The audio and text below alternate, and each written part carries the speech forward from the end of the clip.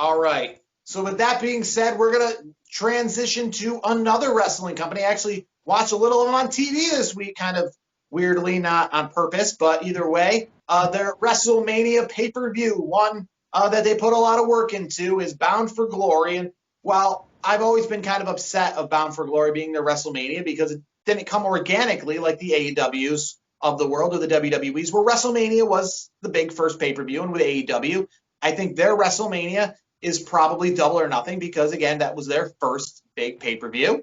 But TNA, Impact Wrestling, down the line, it did it differently where it just kind of threw a dart at a map and decided this is going to be our WrestleMania pay-per-view. Personally, I think Slammiversary should be their WrestleMania pay-per-view because it is their anniversary. It is when everything started. It is, but they decided they're going to call their WrestleMania Bound for Glory. They're going to give it a shot this year. And hey, I mean, think about it. This company's been around for a long time. I'm not sure exactly what number Bound for Glory we're on, but it's like 17, I think, which is crazy to think because, I mean, we talk about WrestleMania 17 being, you know, one of the best WrestleManias of all time. And here we are, this company is putting on their 17th signature event, and yet they still got a lot to prove.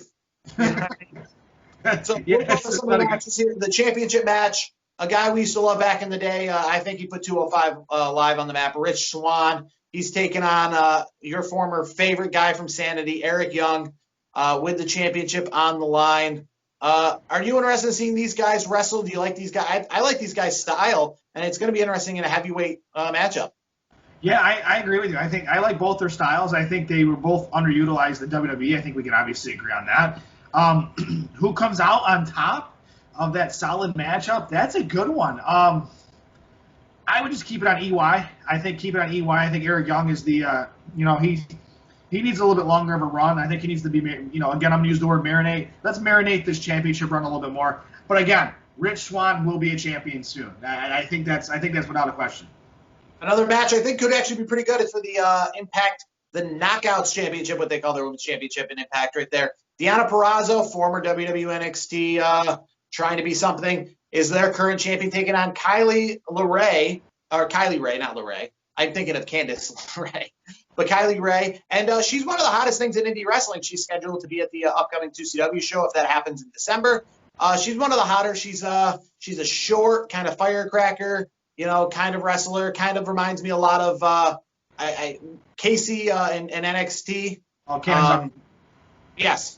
So it kind of reminds me a lot of her. I think this match has a chance to be pretty good because when it comes to women's wrestling, I know it's called the Knockouts Championship, and back in the day it was just like the Divas Championship, but Impact Wrestling has evolved, even though in their name it's not evolved. It still makes it seem like it's a Diva belt. But these are two solid women's wrestlers. Yeah. So, I definitely think that could be a match, but I think a match that, even if you're not an Impact Wrestling fan, is one that you're going to look forward to. The Motor City Machine Guns, who are been in Impact Wrestling, pretty much put them on the map per se. Well, back in the day in the 04s, 05s, they take on the Good Brothers, who are making their shot at the Tag Team Championships, as well as the North, with Ethan Page and Josh Alexander.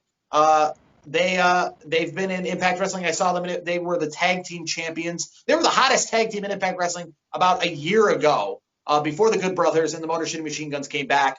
They were your lead runners of Impact Wrestling, and they held the belt, I want to say, for like the longest time in Impact Wrestling history. I want to say it was over a year. Those guys on the indie circuit, in Ring of Honor, they've been all over. They're a solid tag team. As I said, they've been holding these tag team belts. They're not currently the champions, but they've held them for about a year. And then Ace Austin, he rounds out the final tag team, which, again, he's a pretty good guy. I don't know if you watch any Slammiversary. I think he was in the X Division match. Ace Austin, he kind of reminds me a lot of Darby Allin. Yeah. In AEW. So that's expected to be a good match. Here's one I think you might want to watch. EC3. He showed up after Slammiversary. He takes on Moose in a match at Bound for Glory as well this Saturday night. Eddie Edwards, the former Impact champion, taking on Ken Shamrock with Sami Callihan. Ken Shamrock, right before Bound for Glory in a special pre-show on Access TV, is going to be inducted into the Impact Wrestling Hall of Fame. And all I can say about that is it's about time he's inducted in the WWE Hall of Fame. I don't know what they're taking so long to do. Impact Wrestling Hall of Fame, do I think it should exist? No, because or if it does exist, I feel like this should be their first year of it. It shouldn't have existed prior. I think they're just starting to reach a level where they have some names that they've had in their past. Ken Shamrock is definitely one that's solid. I mean, he was their first world champion, oddly enough. But he should have probably been their first inductee, and this should be the first shot at an Impact Hall of Fame. But overall, I don't think they should have a Hall of Fame. And if they were to do anything Hall of Fame-ish, I think their best bet when it comes to legitimacy is their Hall of Fame should be tied into the actual Pro Wrestling Hall of Fame. It's a traveling one. It used to be in Amsterdam. I think right now it's in Texas. But WWE, I feel, is the only company that can kind of go it solo, go it alone when it comes to Hall of Fame. Yeah. They're kind of the monopoly brand. Anyone else, I think, should definitely, if they want to be legitimate, should go in with other companies in the overall Hall of Fame. Because let's be real, Impact Wrestling, AEW, Ring of Honor, all these companies are kind of under the umbrella of everything outside of WWE. New Japan's different, and that's a different country. But with all the ones that are in the United States, I think there's WWE and there's everyone else. And a lot of these ones don't have the history. The AEWs, the Impact Wrestlings, the Ring of Honors, they don't have the history.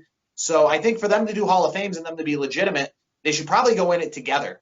There should be like Pro Wrestling Hall of Fame. There maybe should be like an Impact wrestler gets inducted as part of the overall Pro Wrestling Hall. Maybe each year one inductee from each company or something like that to be in the overarching Hall of Fame. But to have their own Hall of Fame, you can't have it separate. You can't have it separate. I mean, unless you're WWE, then yes. But the rest of the companies, you're right. They should merge it and be a part of the Pro Wrestling Hall of Fame. I 100% agree with you. So the final match is Call Your Shot Gauntlet match. Sorry, I'm kind of squinting here. It's a small print in front of me, but where the winner of this match chooses any championship match of their choosing, except for Heath Slater and Rhino. If Heath Slater wins, he wins a full-time contract with Impact Wrestling, and if neither wins, then Rhino is fired. The match has AC Romero, Alicia Edwards, Cody Deaner, I was going to say Dreamer, Brian Myers, as we all know, as Kurt Hawkins, Havoc, Heath Slater, Hernandez, Rhino, Tyra Valkyrie, Tenila Dashwood, formerly what is her name? Tenila Dashwood. She was Emma. Emma, and Tommy Dreamer, and to be determined. So that's kind of interesting because you have a couple stipulations there. And you got women mixing with men. Obviously, you got Havoc and Emma mixing in that match with Rhino and Heath Slater and Myers, formerly Kurt Hawkins. Winner gets a shot at any championship they want. Heath Slater is he's looking for a job. He's looking for a contract because apparently they saw the WWE's I Got Kids gimmick, and they said, how can we get in on that?